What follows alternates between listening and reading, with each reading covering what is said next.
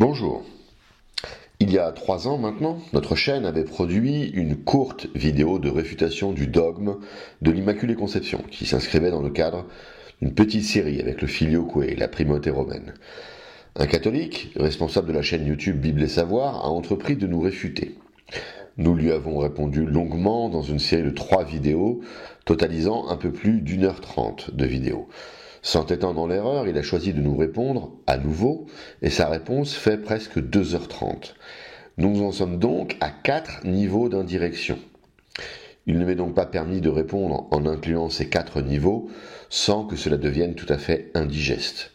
Je vais donc déroger pour la première fois à une règle de nos réfutations. Je ne vais pas mettre l'intégralité de la vidéo réfutée. Je me propose plutôt de répondre en ne conservant principalement que les éléments de la dernière vidéo de l'abbé Véron et en contextualisant si le besoin s'en fait sentir. Quelques remarques futiles et secondaires avant de passer à l'essentiel. Premièrement, la vignette que vous avez choisie, monsieur l'abbé, est un procédé peu élégant. Vous avez collé la tête de mon prêtre en opposition à la vôtre, vous à gauche et lui à droite, et vous avez choisi une image qui le montre comme quelqu'un de particulièrement sévère et rigoureux, dur. Nous qui le côtoyons dans la paroisse savons à quel point cette vignette ne lui ressemble pas. Bon, on peut toujours trouver une pose désavantageuse à quelqu'un de cette façon. Les gens pourront remarquer que c'est un procédé que nous n'utilisons pas. Nous pensons que la vérité de l'orthodoxie se suffit à elle-même. Nous pensons également que si un combat doit se mener, cela ne doit pas empêcher un certain esprit chevaleresque de prévaloir. Cet esprit chevaleresque, vous m'en semblez largement dépourvu lorsque vous rajoutez en toute fin de vidéo un court extrait d'une autre vidéo où je réalise une assez longue analyse philologique puis théologique sur le problème Alma Parthenos du Isaïe 7,14. On voit bien votre but. Vous voulez distiller dans l'esprit de ceux qui regardent la vidéo que la virginité de Notre-Dame serait questionnable dans mon esprit.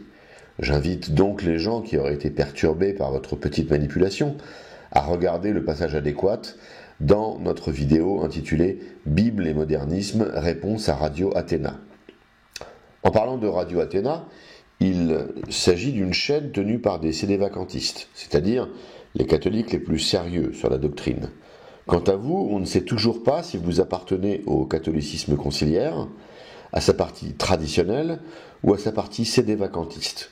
Nous renouvelons notre appel pour savoir d'où vous parlez.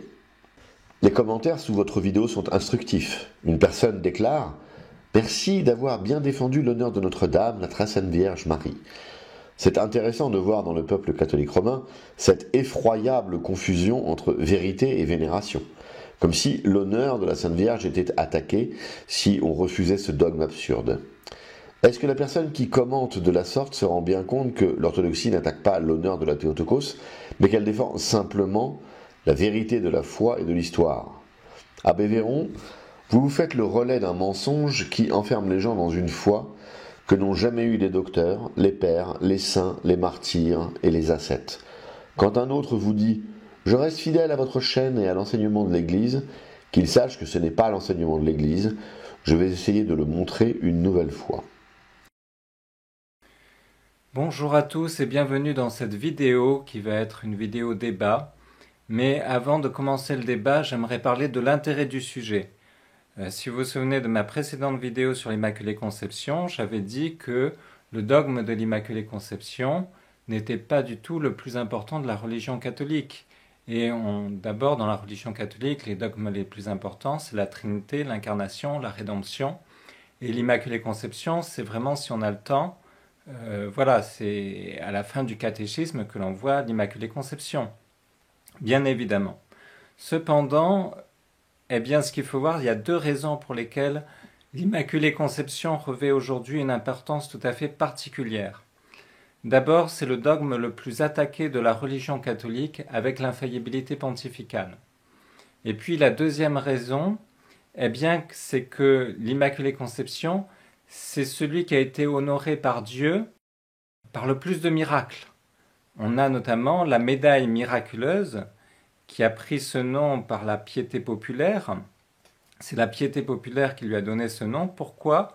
Parce que c'est la médaille qui a fait le plus de miracles. elle a fait un nombre considérable de miracles. Et cette médaille porte sur elle « Ô Marie conçue sans péché ». Ô Marie conçue sans péché, c'est quoi? C'est l'Immaculée Conception. C'est la Sainte Vierge qui est conçue sans le péché originel. On retrouve la même chose à Lourdes avec « Je suis l'Immaculée Conception ». Donc l'Immaculée Conception, c'est deux apparitions très importantes en particulier qui ont fait le plus de miracles dans l'Église catholique. Bon, ce n'est pas deux fois, on ne va pas s'étendre sur ça, j'y reviendrai en fin de la vidéo parce que notre orthodoxe va attaquer cela. Maintenant, nous allons passer au fondement de la foi, c'est-à-dire l'écriture et la tradition des pères, puisque les apparitions privées ne font pas partie du dépôt de la foi. Ici, l'abbé Véron nous dit que c'est un dogme secondaire. Effectivement, même dans la logique romaine, ce dogme est moins important que la Trinité ou l'Incarnation. Mais dans la logique romaine, un catholique est tenu d'y croire.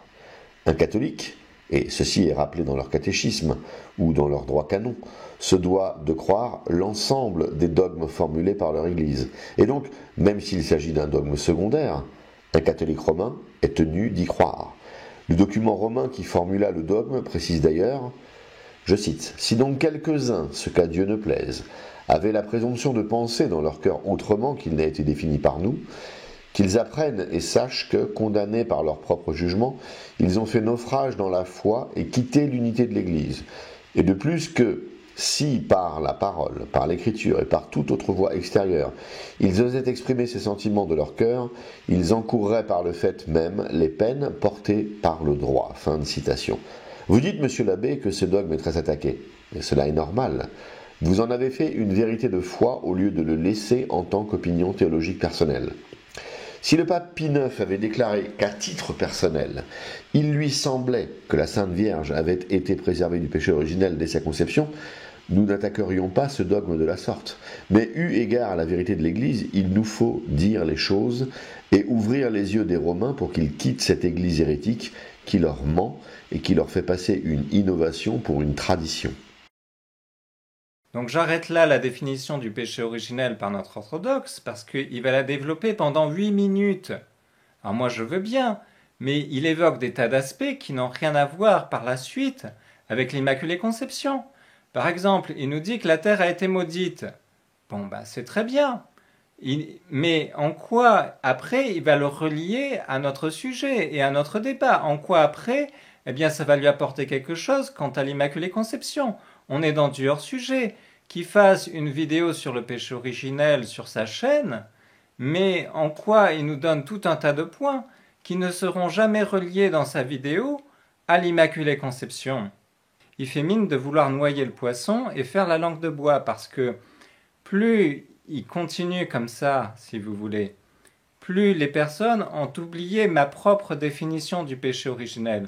Il s'imagine que lui n'est pas d'accord avec moi. Et donc, après, il va m'attribuer tout un tas de positions que je n'ai pas quant au péché originel. Et les gens, eh bien, ils auront pris l'idée que, en fait, oui, etc., j'ai dû dire ça à un moment donné, etc. Non, alors, par exemple, à un moment donné, quand même, il parle de moi, je vous le cite. Makar Bulgakov écrit, et ces mots sont importants pour réfuter le youtubeur catholique romain. Nous naissons déjà avec une nature qui a dévié de la loi de Dieu. Mais là, je suis entièrement d'accord avec Makar Bulgakov, mais entièrement. Où est-ce qu'il a vu que ça me réfutait?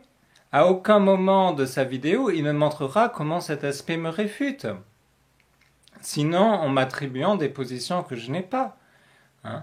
Et ensuite, il donne une définition de Makar Bulgakov, juste après, je vous la cite. Il cite également l'article de la confession orthodoxe de l'Église catholique et apostolique de l'Orient.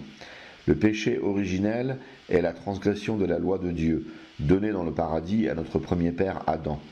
Le péché a passé d'Adam à la nature humaine entière, en tant qu'alors nous étions tous en Adam, et ainsi, par le seul Adam, le péché s'est répandu sur nous tous. Aussi sommes-nous conçus et naissons-nous avec ce péché. Donc pourquoi ne pas commencer par cette base commune? Je vous remets en dessous la définition que j'avais donnée du péché originel, mais elle ne diffère pas de celle de Makar Bulgakov. Elle ne diffère pas, c'est la même définition. Nous avons tous péché en Adam, qu'est-ce que ça veut dire? Eh bien, le nous, ça désigne les personnes. Nous, par nous, on dit nos personnes. C'est ça que ça désigne. Une fois cette mise au point faite et la définition orthodoxe du péché originel clarifiée, enfin, nous l'espérons, poursuivons la vidéo. Alors, pourquoi ce long développement sur le péché originel? Eh bien, parce qu'il faut poser un contexte théologique solide.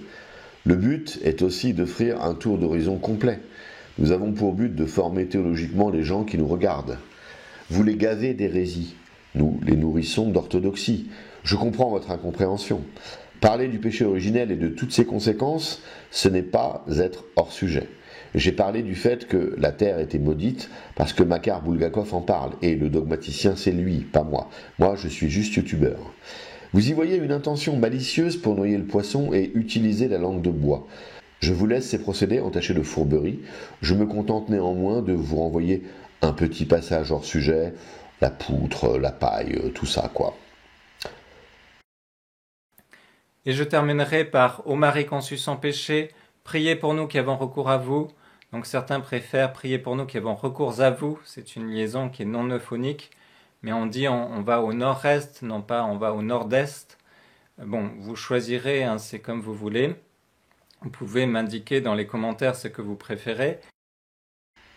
Ensuite, vous ne comprenez pas en quoi la citation de Makar Bulgakov vous réfute. Nous naissons déjà avec une nature qui a dévié de la loi de Dieu. Dans ce « nous », tout simplement, je mettais la mère de Dieu. Makar Bulgakov n'a pas écrit « nous » à l'exception de la mère de Dieu. Et enfin, pourquoi tiens-je à mettre la citation de Makar Bulgakov plutôt que la vôtre? Eh bien, la citation provient d'un document orthodoxe qui a autorité. Donc je préfère privilégier cette citation, mieux formulée, plus empreinte d'un vocabulaire dogmatique, même si au global, les deux propositions sont équivalentes en termes de sens.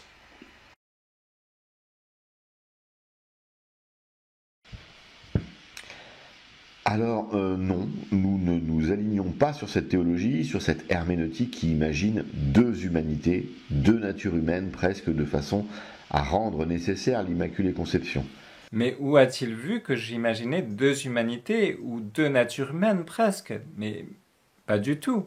Évidemment que quand vous voyez cette image où je mets péché originel d'un côté et de l'autre état de grâce, évidemment que je n'entends pas dire qu'il s'agit là d'un changement de nature humaine. Mais évidemment, qu'est-ce que c'est que cette histoire? Qui, en voyant ma vidéo, a compris que Adam et Ève et notre humanité, et à chaque fois qu'on pécherait, on changerait de nature humaine? Mais qu'est-ce que c'est que ça? Enfin, j'ai jamais prétendu quoi que ce soit en la matière. Enfin, je ne comprends pas. Je suis dans l'incompréhension parce que ce n'est tout simplement pas ce que j'ai dit. Hein? D'abord, ce n'est pas ce que j'ai dit. Et ensuite, ce que j'ai dit implique largement le contraire. C'est-à-dire que à partir du moment où vous commettez un péché mortel, évidemment que vous ne changez pas votre nature humaine. Évidemment que vous ne changez pas d'âme ni de corps. Évidemment. Enfin, c'est grotesque, j'ai envie de dire. Maintenant, si on entend par deux humanités, l'humanité qui est en état de grâce et l'humanité qui est en état de péché mortel, évidemment qu'il y a deux humanités. Il y a l'humanité qui est amie avec Dieu et l'humanité qui n'est pas amie avec Dieu. Et les uns, nous serons au ciel et pas les autres. Enfin, après, il faut-il persévérer, etc. Et puis, il y en a qui passeront du péché mortel à l'état de grâce. Mais où a-t-il vu que j'entendais un changement de nature ou quoi que ce soit? Mais on se demande si on n'est pas dans de la manipulation, quoi. J'en sais rien. Rassurez-vous, monsieur l'abbé, il n'y a pas de volonté de manipulation de ma part. Votre incompréhension provient de votre lecture du chapitre 6 de la Genèse. Dans votre cours de Bible sur ce passage, vous ne prenez pas position, mais vous rappelez l'existence de cette tradition chez les pères les plus anciens en la croyance d'union entre les êtres humains et les anges déchus. Donc il existe, à votre connaissance, un moyen historiquement répertorié comme tel de modification de la nature humaine. C'est avec cette herméneutique à l'esprit que je vous ai répondu. Et comme dans la vidéo sur l'Immaculée Conception, je trouvais votre propos un peu tendancieux, lorgnant vers deux natures, j'en ai parlé, mais vous noterez que j'ai mis le mot « presque » pour nuancer.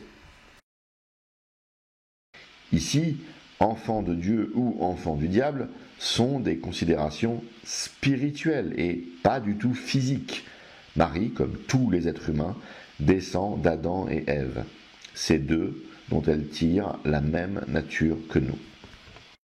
Ben, évidemment que ce sont des considérations spirituelles, mais évidemment. Évidemment que quand vous commentez un péché mortel, vous ne changez pas de nature. Évidemment que ce sont des considérations spirituelles. Euh, Comme si j'avais dit le contraire. Je ne vois pas où est le point de désaccord, mais ne réponds pas à ma question. Cependant, il dépend encore aujourd'hui de chacun de nous d'être bon et enfant de Dieu ou méchant et enfant du diable. J'ai laissé un petit peu de l'ancienne vidéo pour montrer où était ma réponse que vous ne voyez pas. Je considère qu'il y a à ce passage une seule humanité, visiblement vous aussi, et que ce sont nos actions qui nous placent sous des paternités spirituelles. Mais évidemment que ça appartient au choix de chacun. Mais dans un premier temps, évidemment que non. Quand saint Augustin dit que nous naissons esclaves du démon, et c'est pour ça que du côté orthodoxe comme du côté catholique, nous avons 3 exorcismes lors du baptême, eh bien, ça n'appartient pas à l'enfant de décider. L'enfant, il n'est esclave du démon, il n'a pas décidé cela. Et on a l'impression qu'il faudrait rejoindre les théories modernistes qui disent que le baptême, eh bien, il faut attendre que l'enfant ait l'âge de raison pour baptiser. Mais l'Église dit non, parce que l'enfant est sous l'empire du diable, et ça, il ne l'a pas choisi. Son âme est maculée, et ça, il ne l'a pas choisi. Et quand vous avez un enfant, un bébé qui fait dans sa couche, vous n'allez pas attendre qu'il ait l'âge de raison pour lui demander s'il veut changer de couche. Vous faites ce qui est mieux pour votre enfant. Et c'est comme ça, il y a une responsabilité des parents sur les enfants. Et en fait, ce qu'il y a, c'est que le péché originel, nous naissons en inimitié avec Dieu. C'est pour ça que la porte du ciel nous est fermée. Lui-même le reconnaît, pas dans ses 9 principes, mais il le reconnaît ailleurs. Et donc pourquoi la porte du ciel nous est fermée? Parce que nous sommes en inimitié avec Dieu. Et par conséquent, eh bien, l'âme de la Sainte Vierge, si on dit qu'elle a eu le péché originel, c'est qu'elle avait le venin du serpent en elle. C'est que elle était sous l'empire du diable. C'est qu'elle était de la descendance du serpent. Voilà. Je vous trouve un petit peu optimiste, monsieur l'abbé, quant à la place des exorcismes dans le rituel de baptême catholique. À part les tradis, vous ne faites plus les exorcismes. C'est pour cela que lorsqu'un catholique assez jeune passe à l'orthodoxie, s'il ne vient pas d'une forme traditionnelle de catholicisme, nous nous voyons obligés de tout refaire. Et je ne parle pas de l'escroquerie du fait de remplacer l'immersion par l'aspersion. Vous faites cela parce que vous êtes paresseux. Je parle bien de l'exorcisme. Il y a des millions de personnes qui se pensent baptisées et qui ne le sont pas aujourd'hui. Votre Église est effroyablement coupable de cela, monsieur l'abbé. Ensuite, pour finir sur ce point, ce sont nos actions qui nous placent dans l'une ou l'autre descendance spirituelle. Marie, du point de vue de ses actions, est parfaite. Elle n'a jamais été comptée dans la descendance du serpent. Entachée par le péché originel, elle a été purifiée par l'Esprit Saint au moment où le Christ s'est incarné en son sein. Je l'ai dit en long, en large et en travers dans la vidéo. Est-ce plus clair ainsi? Alors, y a-t-il des pères de l'Église qui ont interprété Genèse 3.15 exactement comme je l'ai fait? Alors, notons d'abord que c'est une autre question, parce que moi j'ai ouvert une première partie. La première partie, c'est l'Écriture sainte. Après, il y aura une deuxième partie concernant la patrologie, les pères de l'Église, ce que disent les pères de l'Église. Là, je suis en train d'analyser ce que dit la Sainte Écriture. Alors, je suis d'accord avec lui qu'il y a un recoupement et que il est bon d'interpréter la Sainte Écriture à partir des pères. Mais ce que je veux dire, c'est qu'il peut très bien y avoir des choses dans la Sainte Écriture que les pères ne disent pas, et inversement. Je vais vous prendre un exemple.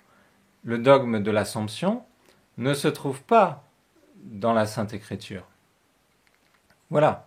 Il ne se trouve pas du tout dans la Sainte Écriture. Vous n'avez jamais dans la Sainte Écriture que la Sainte Vierge est montée au ciel en son corps. Ça n'y est pas. Bon. Donc, ce n'est pas parce que Genèse 3.15 n'a pas été interprété comme ça par les pères de l'Église que forcément ça ne contient pas cette doctrine. Alors on pourra me dire, ah oui, mais les pères de l'Église, ils ont interprété 50 fois, 100 fois Genèse 3.15, comment ça se fait-il qu'ils n'en parlent pas? Voilà. Eh bien, tout simplement, c'est pour une raison très simple, c'est que aller interroger aujourd'hui 100 catholiques érudits, donc 100 catholiques donc, qui croient en l'Immaculée Conception, aller les interroger sur Genèse 3.15, eh bien, ils n'en parleront pas parce que ce n'est qu'un aspect de la prophétie. Et c'est un aspect, je dirais, qui ne vient pas en premier à l'esprit. C'est un aspect secondaire, même, je dirais, tertiaire. Mais c'est un aspect réel, qui est réellement, qui l'inclut. Alors, vous voulez un exemple de quelqu'un qui a été interrogé sur ça? Eh bien, moi-même, j'ai fait des vidéos sur ça. Je fais des vidéos depuis des années sur l'exégèse, donc je commente l'exégèse. J'ai commencé par la Genèse, maintenant j'en suis à l'Exode, donc je fais chapitre après chapitre, et j'ai commenté assez longuement ce Genèse 3.15. Je ne parle pas de l'Immaculée Conception, non pas parce que je ne veux pas en parler, mais parce que ça ne m'est pas venu à l'esprit. Ça ne m'est pas venu à l'esprit parce que si vous demandez quelle est l'interprétation de Genèse 3.15, on va vous répondre, eh bien, il y a la descendance bonne, c'est la descendance de ceux qui font le bien, et la descendance mauvaise, c'est la descendance de ceux qui font le mal. Voilà. Voilà ce que tout le monde va vous répondre. Et on ne va pas courir de suite à un aspect, etc. Donc c'est normal que les pères n'en aient pas parlé. Mais maintenant, si vous allez vers 100 érudits catholiques et que vous leur parlez de l'Immaculée Conception et de Genèse 3.15, évidemment qu'ils vont faire le lien et qu'ils vont vous expliquer la chose. Faut-il encore qu'il y ait quelqu'un qui mette le doigt dessus? Or, les pères de l'Église, ça n'a pas été le cas, malheureusement. Sauf que, il y a le frère jumeau, certains diront même que c'est la même chose, c'est que saint Augustin nous parle de l'esclavage du démon. Or, il a eu quelqu'un qui a mis le doigt dessus. C'est son contradicteur. Son contradicteur, c'est Julien. Julien, il dit non, le péché originel ne nous feront pas esclaves du démon. Il ne faut pas dire ça. Et saint Augustin soutient l'inverse. Il dit si. Et Julien, il va mettre le doigt où ça fait mal. Il sait que saint Augustin n'aime pas que l'on parle du péché en Marie. Il va mettre le doigt où ça fait mal. Il lui dit, si vous dites ça, alors vous dites que Marie a été esclave du démon. Donc là, on a à peu près le même cas, si ce n'est le même cas. Et voilà la réponse de saint Augustin. Nous ne soumettons pas Marie au démon par la condition de sa naissance, car la grâce de la renaissance l'a libérée de cette condition. Donc toute la question ici est de savoir si la condition qui est dissoute désigne la loi qui stipulait que Marie devait naître avec le péché originel, ou bien si la condition désigne le péché originel lui-même. Ce passage pris indépendamment du contexte peut donc donner raison aux partisans de l'Immaculée Conception, comme il peut être compris à l'inverse. Et l'on voit des protestants soutenant que saint Augustin a bien désigné là l'Immaculée Conception, et à l'inverse des catholiques admettre que ce texte n'est pas absolument concluant. Cependant, ce que l'on peut dire quand même, c'est qu'il y aurait une certaine contradiction à l'intérieur de ce passage, si l'on dit qu'il désigne l'effacement du péché originel. Car alors ça dit « Je ne soumets pas Marie au démon, car je la soumets au démon, mais je la délivre de la soumission au démon. » Maintenant, replaçons la citation dans le contexte. Seulement dire qu'elle a eu le péché originel et qu'elle en a été purifiée juste après, c'est donner un point à Julien. C'est finalement dire à Julien, en fait, vous avez raison. Dans le contexte, ça colle très mal. C'est finalement donner le point à Julien. Voilà. Et ça n'aurait pas été une réponse de saint Augustin. Une réponse, alors, voilà, on peut le voir comme une réponse de défaite, mais ça colle mal. Voilà. Et je dirais que nous reverrons ça bientôt, parce que c'est aussi, ce passage est à resituer avec les autres doctrines de saint Augustin sur le péché originel, mais ça c'est dans la partie patristique. Nous ne sommes pas protestants, monsieur l'abbé. Nous savons très bien que l'écriture seule ne suffit pas à expliciter l'entièreté du contenu de notre foi. Le fait que l'Immaculée Conception soit absente du récit biblique n'est pas une raison orthodoxe pour la rejeter. Par contre, le fait qu'aucun père de l'Église n'ait commenté Genèse 3,15 de la sorte est plus conforme à notre mode de fonctionnement. Passons maintenant à ce texte d'Augustin. Il s'agit de la seconde réponse d'Augustin à Julien. Déjà, je vais mettre tout le paragraphe de Julien et toute la réponse d'Augustin. Alors certes, cela va être un peu long et je m'en excuse, mais comme cela, les gens pourront voir qui manipule, qui noie le poisson et qui fait de la langue de bois. Et surtout, les gens auront toutes les informations nécessaires pour faire un choix éclairé. Lorsque Julien parle, il est question de certains Joviniens. Il s'agit d'un moine hérétique qui luttait contre tout ce qui est ascétique dans le christianisme. Il a dénigré la virginité pour exalter le mariage, par exemple. Il est également question de Mani, le fondateur du manichéisme, doctrine qu'Augustin a épousée longtemps avant de devenir finalement chrétien. Voici donc ce que dit Julien à Augustin. Mais, si Jovinien mérite condamnation pour s'être déclaré l'ennemi acharné d'Ambroise, il apparaît digne de pardon dès qu'on le compare à vous. Ou plutôt, quels sont les juges éclairés et prudents qui consentiraient à établir une comparaison entre Jovinien et toi ? Il a enseigné, lui, que les hommes sont nécessités à faire le bien. Tu enseignes, toi, que les hommes sont nécessités à faire le mal. Il prétend qu'une fois sanctifiés par les mystères, les hommes ne sauraient plus faiblir, ni tomber dans l'erreur. Tu prétends que la grâce ne les délivre pas même de l'erreur. Il détruit la virginité de Marie par la manière dont il explique son enfantement. Tu déclares Marie assujettie à la puissance du démon par le fait même de sa naissance. Il place au même rang des choses dont l'une est bonne et l'autre meilleure, à savoir le mariage et la chasteté virginale. Tu qualifies l'union conjugale d'union pestilentielle et tu ôtes à la chasteté presque tout son prix pour la comparaison que tu établis entre elle et une chose que tu déclares toi-même honteuse et ignoble, et tout cela sans aucun profit pour ta cause.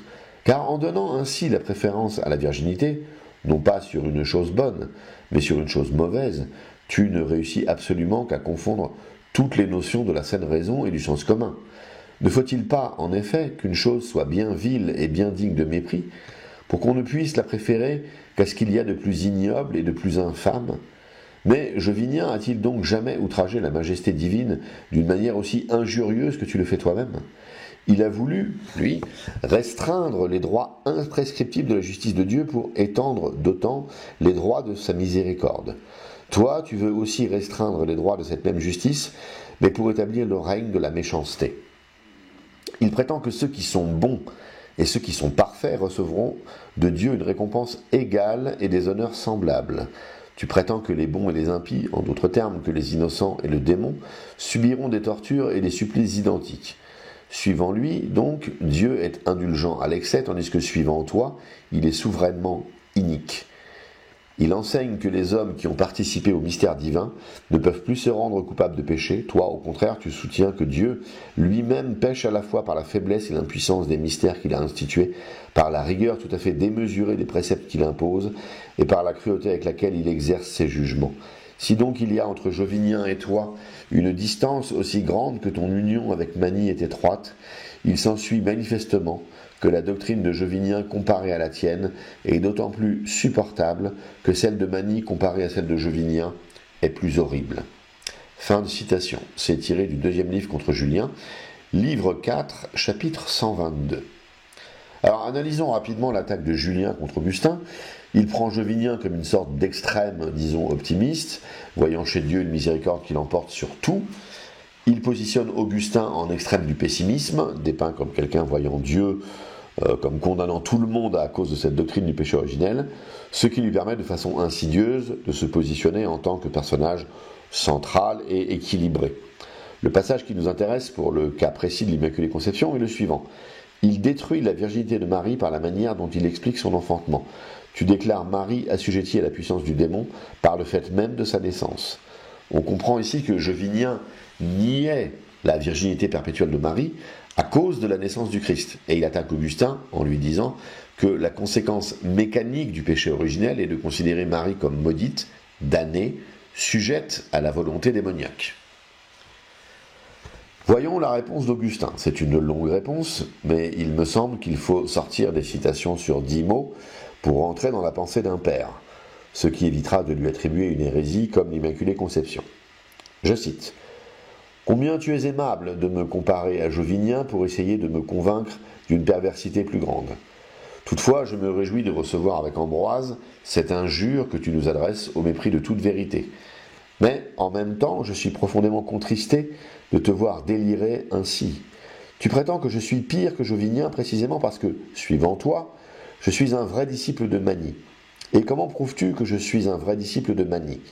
Parce que nous confessons, nous, avec Ambroise, l'existence du péché originel que vous niez, vous, avec Pélage. Avec Ambroise, donc, nous sommes, suivant vous, manichéens et pires que Joviniens. Avec Ambroise aussi, nous recevons toutes les autres qualifications que votre langue venimeuse pourra nous infliger et qui vous seront suggérées, non point par l'amour de la vérité, mais par la passion de médire. Le Seigneur nous a appris du reste à nous réjouir et à tressaillir d'allégresse toutes les fois que nous recevrions des injures quelconques sans les avoir méritées et seulement pour avoir combattu en faveur de la vérité. Je ne dis point que l'homme soit nécessité à faire le mal, parce qu'Ambroise ne le dit point non plus. Et cependant, je dis que les enfants sont purifiés de la souillure qui est en eux, parce que tel aussi est le langage d'Ambroise. Et ce qui prouve que le mal n'est point l'effet d'une loi fatale et nécessaire, c'est que Dieu peut guérir facilement le mal que nous avons contracté en naissant, et, à bien plus forte raison, celui que notre libre volonté nous a fait contracter ensuite. Je ne dis point que les hommes ne sont pas délivrés, même par la grâce de Dieu, car à Dieu ne plaise qu'Ambroise ait jamais parlé ainsi. Mais nous disons une chose que tu ne veux pas reconnaître, savoir que les hommes sont délivrés par la grâce seule, et que leur délivrance a pour objet non pas seulement de leur remettre leurs péchés, mais aussi de les préserver de succomber à la tentation. Nous ne prétendons point que Marie ait été soumise à la puissance du démon par le fait même de sa naissance. Nous prétendons seulement qu'elle devait y être soumise si la grâce de la régénération ne fût venue sanctifier sa naissance. Nous accordons à la virginité la prééminence sur le mariage, non pas comme à une chose bonne sur une chose mauvaise, mais comme une chose meilleure sur une chose bonne. Nous enseignons, non pas comme tu nous en accuses faussement, que les bons et les impies subiront un supplice identique, mais que les bons étant à l'abri de toute souffrance, les impies subiront des supplices différents, suivant la diversité de leur culpabilité. Nous ne prétendons point que Dieu lui-même pêche à la fois par la faiblesse et l'impuissance des mystères qu'il a institués, par la rigueur tout à fait démesurée des préceptes qu'il impose, et par la cruauté avec laquelle il exerce ses jugements. Car ces mystères sont utiles à ceux qui ont été régénérés, ces préceptes sont salutaires à ceux qui ont été délivrés par la grâce divine, et les jugements de Dieu s'exercent d'une manière parfaitement équitable sur les bons et sur les méchants.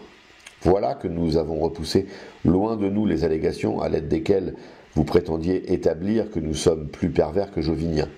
À vous maintenant de repousser de la même manière, si vous le pouvez, les arguments à l'aide desquels je vais démontrer que vous êtes réellement pire que ce même Jovinien. Celui-ci a enseigné que les hommes sont nécessités à faire le bien. Vous prétendez, vous, que le désir du mal est bon en soi. Il a enseigné que les hommes, par le fait seul qu'ils ont participé au mystère, ne peuvent plus faillir ni tomber dans l'erreur. Vous enseignez, vous, que le désir et la volonté de marcher dans la voie droite ne sont point inspirés par Dieu, mais qu'ils sont le fruit du libre arbitre. Il détruit la virginité de Marie par la manière dont il explique son enfantement.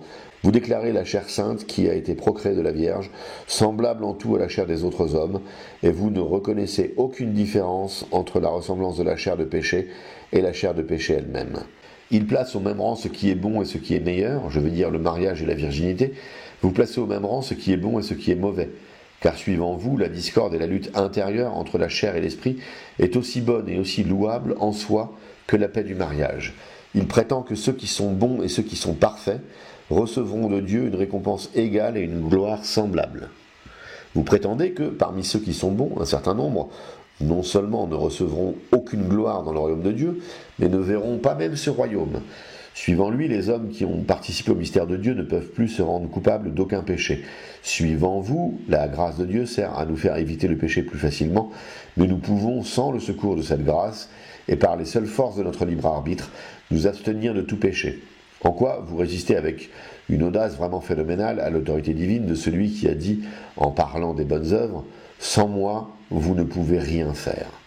Ainsi, vous qui devancez si malheureusement Jovinien dans la voie de l'erreur, c'est vous-même qui nous déclarez pire que cet hérétique et qui nous égalez à Mani.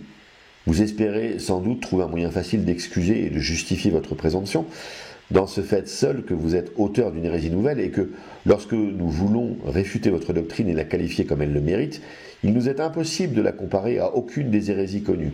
Pour moi, bien que tu me considères comme un homme pervers et tout à fait digne de mépris, comme un homme aussi pervers et aussi digne de mépris que Mani, à cause de ma doctrine de l'existence et de la transmission du péché originel, il est certain que, sous ce rapport, ma cause est identique avec celle d'Ambroise, qui a été, que tu le veuilles ou non, qualifié de manichéen par Jovinien, aussi bien que par toi, avec cette différence seulement que Jovinien exprimait sa pensée ouvertement, tandis que tu cherches à déguiser la tienne et à tromper la bonne foi de tes lecteurs. Enfin, Jovinien est vaincu une fois seulement, savoir lorsqu'on démontre qu'il n'y a rien de commun entre la doctrine d'Ambroise et celle de Mani. Toi, au contraire, parce que tu as voulu avoir un cœur double, tu es réduit à subir 2 défaites. Tu accuses Ambroise de manichéisme, je démontre qu'Ambroise n'était point manichéen. Tu nies avoir porté contre lui cette accusation, je prouve que tu l'as réellement accusé de manichéisme. Du reste, quiconque lira ce que nous avons écrit dans les pages précédentes reconnaîtra que j'ai rendu ces 2 propositions évidentes comme la lumière. Fin de citation, c'est tiré du 2e livre contre Julien, livre 4, chapitre 122. Voilà pour cette longue réponse. Je remets la phrase où Augustin répond au point particulier de Julien. Nous ne prétendons point que Marie ait été soumise à la puissance du démon par le fait même de sa naissance. Nous prétendons seulement qu'elle devait y être soumise si la grâce de la régénération ne fût venue sanctifier sa naissance. La première phrase peut effectivement se comprendre comme « il est faux de considérer que Marie a été soumise au démon par sa naissance ». Le comprendre ainsi rend alors nécessaire un phénomène comme l'Immaculée Conception pour que justement Marie puisse échapper de façon privilégiée à cette puissance démoniaque. La deuxième phrase semble d'ailleurs venir appuyer le point pour dire, je paraphrase, « je dis juste que cela aurait été ainsi si elle n'avait pas reçu une grâce particulière au moment de sa naissance ». Je ne vais d'ailleurs pas ergoter sur la nuance que l'on peut faire entre naissance et conception, mais ce n'est pas la seule façon de lire ces 2 phrases. Déjà, un peu plus loin dans la vidéo, je produirai, de la part d'Augustin, la citation qui, je pense, mettra fin à tout ce débat. Mais restons dans son contre Julien, car on peut imaginer qu'il aura été favorable à ce dogme au moment de la crise du pélagianisme. Que dit-il à d'autres endroits du même ouvrage qui vient éclairer ce passage ?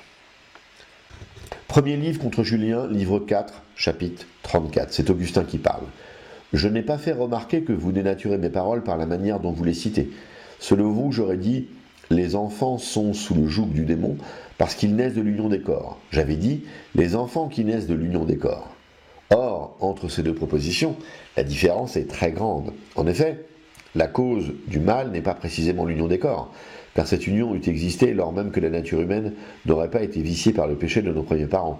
Si donc les enfants qui naissent de l'union des corps restent sous l'empire du démon, jusqu'à ce qu'ils renaissent par l'esprit, c'est parce qu'ils naissent sous l'influence de cette concupiscence par laquelle la chair convoite contre l'esprit et force l'esprit à convoiter contre elle. Si le péché n'avait pas été commis, ce combat entre le bien et le mal n'existerait pas. De même, donc qu'il n'existait pas avant le péché, il cessera d'exister quand notre guérison sera parfaite. Fin de citation. Ici, Augustin ne lit pas du tout la renaissance par l'esprit, traduit régénération dans le premier texte avec la nécessité d'une immaculée conception. Il y a la naissance pécamineuse à cause de la transmission du péché originel, et il y a la renaissance grâce à l'action de l'Esprit Saint. Dans le premier livre, toujours, livre 5, chapitre 52, Augustin écrit « Quoi donc ? Tous vos grands raisonnements n'auraient servi qu'à vous précipiter dans le plus profond abîme de l'impiété. Vous en seriez arrivé à dire que la chair de Jésus-Christ, du moment qu'elle est née de la chair de Marie, laquelle à son tour descendait d'Adam par la voie ordinaire, ne diffère en rien de la chair de péché, et que c'est dans toute la rigueur de l'expression que l'apôtre a pu dire du Sauveur qu'il a été envoyé dans la ressemblance de la chair de péché. Vous allez plus loin encore, et vous soutenez qu'il ne doit y avoir aucune chair de péché, à moins de conclure que la chair de Jésus-Christ est, elle aussi, une chair de péché.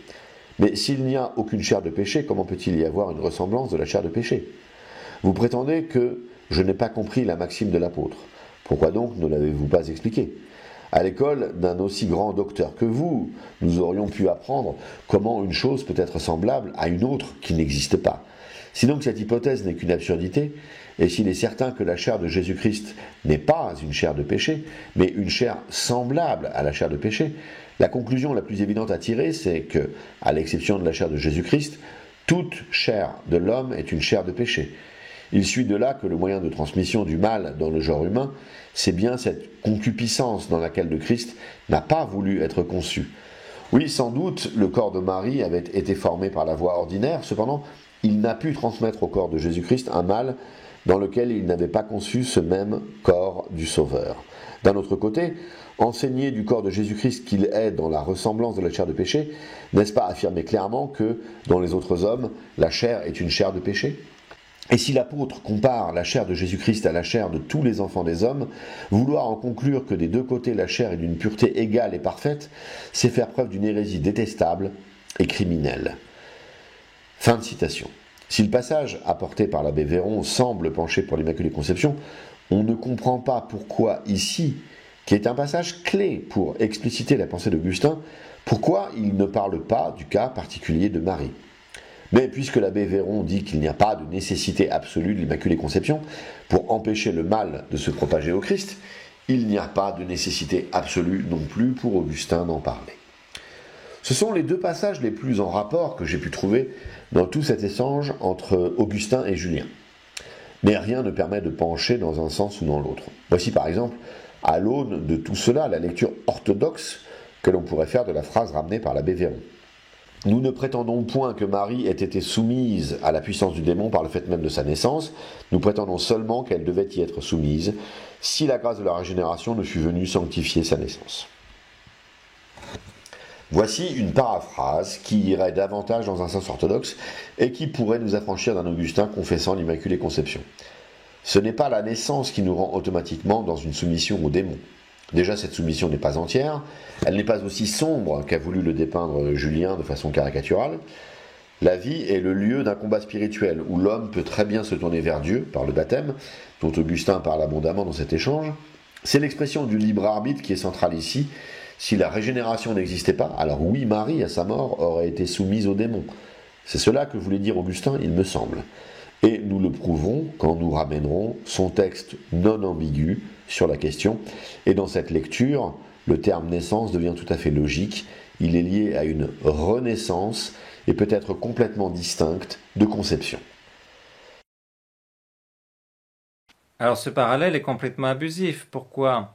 Eh bien parce qu'il compare un dogme essentiel à un dogme secondaire. J'entends que ce que dit la Sainte Église quant au mourant, elle dit qu'avant de le baptiser, dans l'urgence, on doit au moins lui apprendre les trois principaux mystères de notre religion, la Trinité, l'incarnation, la rédemption. Donc l'incarnation, c'est Jésus-Christ Dieu. Donc c'est ce que je disais, c'est-à-dire que le dogme de l'Immaculée Conception, ça arrive à la fin du catéchisme si vraiment on a le temps. Mais les principaux dogmes, comme par exemple la divinité de Jésus-Christ, c'est tout à fait autre chose, on est bien d'accord. Et donc, qu'il y ait des martyrs qui aient versé leur sang pour ce dogme, bien sûr, qu'il n'y en ait pas qui aient versé pour l'Immaculée Conception, c'est fort probable. Mais on compare des choses qui ne sont pas comparables. Prenons une autre chose, par exemple, le dogme de l'Assomption. Quels sont les martyrs qui ont versé leur sang pour soutenir la doctrine de l'Assomption ? Quels sont les martyrs qui ont versé leur sang pour soutenir que Saint Jean-Baptiste a été purifié dans le sein de sa mère ? Où a-t-il vu ça ? Je peux lui citer quantité de doctrines que les orthodoxes reconnaissent avec nous, et pourtant, aucun martyr n'a versé leur sang pour eux, pour ça, oui, pour ces doctrines. L'abbé Véron m'accuse de changer ses propos puis de le refuter sur ce qu'il n'a pas dit. Eh bien, c'est ce qu'il vient de faire, un modèle du genre. Je disais, nous avons des siècles de textes, de prières, de témoignages, de martyrs qui ont perdu leur vie sur ce point. C'est normal, car l'abbé Véron sait qu'il n'a pas de texte, pas de prière, pas de témoignage, ni de martyrs dans l'Antiquité. Et bien évidemment, dans l'Antiquité, justement, les persécuteurs romains ne nous attaquaient pas sur la mariologie, mais bien directement sur la divinité du Christ. Le fait que ce soit un dogme secondaire ne change rien à l'affaire. Saint Vincent de Lérins nous demande de rechercher ces témoignages antiques. Il nous demande de vérifier ses prières, il nous demande de voir les martyrs. Mais un seul des quatre suffit, c'est bien évident. Personne n'est mort dans l'Antiquité pour défendre la virginité perpétuelle de Marie, mais nous avons des textes patristiques, des prières d'une grande antiquité qui viennent à l'appui, donc c'est recevable. L'abbé Véron joue les idiots ici. Je n'ai jamais dit qu'une doctrine devenait acceptable lorsqu'elle avait du sang de martyr à revendiquer. Bon, l'argument que je lui ai donné avec Genèse 3.15 ne lui convient pas. Alors je vais lui donner un deuxième argument, puisqu'il dit qu'il n'y a rien dans la Sainte Écriture, je vais lui donner un deuxième argument. Mais n'imaginez pas que c'est pas parce que la Sainte Écriture ne surabonde pas au niveau des références scripturaires quant à l'Immaculée Conception, que l'Immaculée Conception est forcément fausse. Prenez par exemple la purification de Saint Jean-Baptiste ou du prophète Jérémie, il n'y a qu'une seule référence dans la Sainte Écriture. Donc là, je vais en donner une deuxième pour la Sainte Vierge. Mais prenez l'Assomption, il y a 0 référence dans la Sainte Écriture. Alors la deuxième référence, c'est quand l'ange Gabriel apparaît à la bienheureuse Vierge Marie et lui dit « Je vous salue pleine de grâce ». Je vous salue pleine de grâce, vous savez que la grâce chasse le péché comme la lumière chasse les ténèbres. Or, la Sainte Vierge, eh bien, si elle était pleine de grâce, c'est qu'elle était sans péché. Or, quand est-ce que l'ange Gabriel dit ça?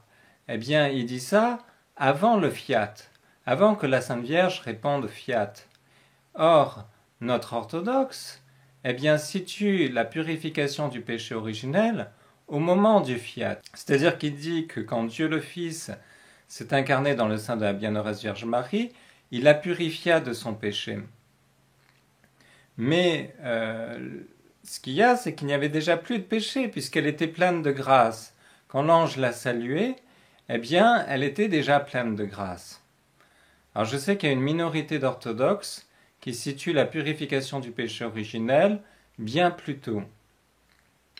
Mais voyez une chose, c'est que comment se fait-il que la Sainte Écriture nous rapporte la purification du Saint Jean-Baptiste de façon si charmante et qu'elle ne nous dise rien à ce sujet-là? Voilà, c'est quand même très très très curieux. Alors, je ne dis pas que la purification a lieu au moment du fiat. Je rapporte les discours patristiques comme celui de Saint Jean Damascène.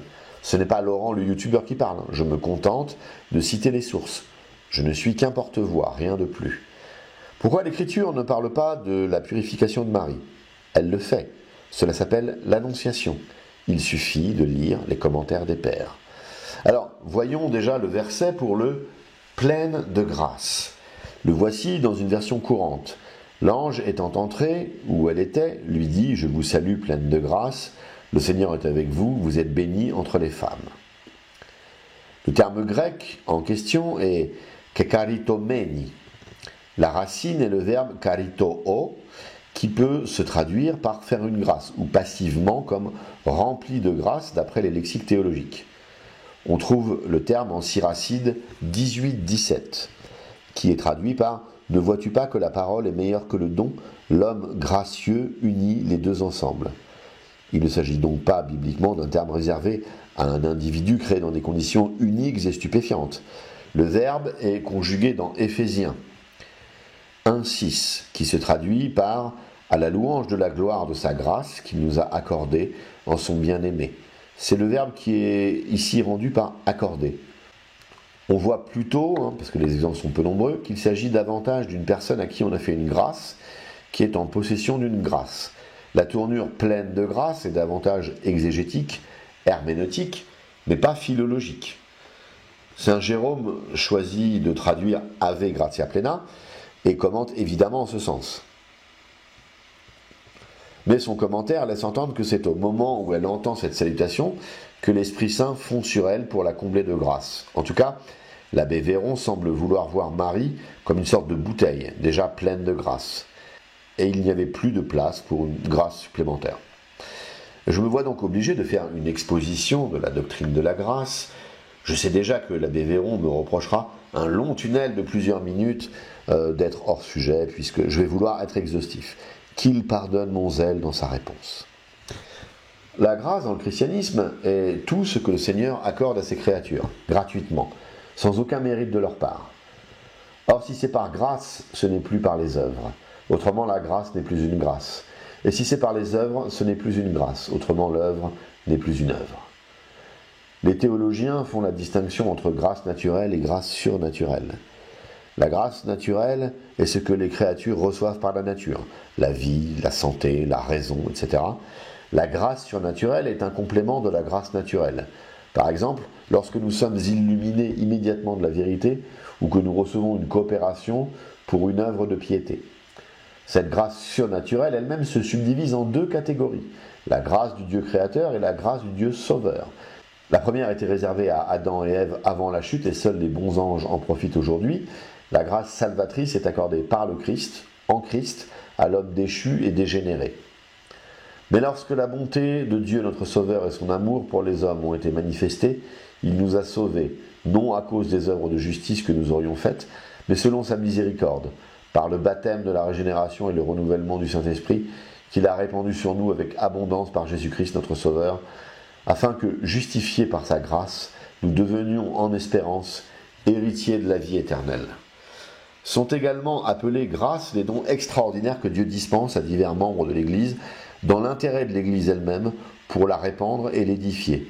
Et je cite Makar Bulgakov, « Enfin, on nomme grâce cette force particulière ou cette action divine qui nous est communiquée en considération des mérites de notre Sauveur et qui achève notre sanctification. C'est-à-dire, d'un côté, nous purifie de nos péchés, nous renouvelle et nous justifie devant Dieu, et de l'autre, nous affermit et nous engendre dans la vertu pour la vie éternelle.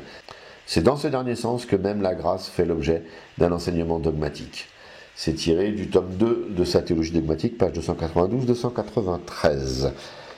Cette grâce sanctifiante, Makar Bulgakov en discerne trois qualités dans l'Écriture sainte. Premièrement, la grâce est une force, une action particulière de Dieu dans l'homme. Deuxièmement, elle est accordée gratuitement à cause des mérites de Jésus-Christ. Et enfin, troisièmement, elle est accordée pour notre purification et notre sanctification. Cette notion de grâce est compliquée et a mené plusieurs hérésies. On a les pélagiens qui combattaient la nécessité de la grâce pour le salut et qui niaient pratiquement l'existence du péché originel. Ils pensaient pouvoir se sauver sans l'aide de Dieu. Augustin fut leur principal adversaire et rappela que la grâce est une force divine surnaturelle communiquée à notre âme, que cette grâce consiste non seulement dans la rémission des péchés commis, mais aussi dans une assistance réelle qui empêche d'en commettre de nouveaux. Ensuite, vous avez les semi-pélagiens, hérésie principalement gauloise, je n'ose pas dire française. Ils acceptaient l'existence du péché originel, mais le voyaient comme très peu grave, et n'empêchant pas l'homme de travailler à son salut sans nécessité de la grâce divine. Prosper et le pape Célestin furent les principaux adversaires des semi-pélagiens. Et enfin, on a les prédestinatiens qui disent que la grâce ne se communique qu'à un certain nombre d'élus prédestinés et elle les sanctifie infailliblement. Les jansénistes avaient cette croyance. Les calvinistes aujourd'hui perpétuent cette hérésie de la grâce qui est une négation de la liberté humaine. Par certains aspects, l'Immaculée Conception est une sorte de prédestination. Ce qui ressort de cette doctrine orthodoxe de la grâce est que la liberté humaine n'est jamais niée. Il y a une synergie divino-humaine dans le salut de la créature. C'est Dieu qui est toujours à l'initiative, mais il attend que la créature réponde positivement aux grâces qu'il va choisir d'octroyer. Comment ne pas voir dans l'Immaculée Conception de Marie un calvinisme réservé à Marie ? Saint Jean de Shanghai écrivait à ce propos « L'enseignement que la Mère de Dieu a été préservée du péché originel, tout comme l'enseignement qu'elle a été préservée par la grâce de Dieu des péchés des personnes, rend Dieu impitoyable et injuste.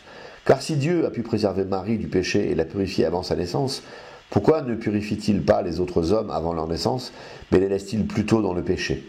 Il s'ensuit également que Dieu sauve les hommes en dehors de leur volonté, en prédéterminant certains avant leur naissance au salut. » Fin de citation.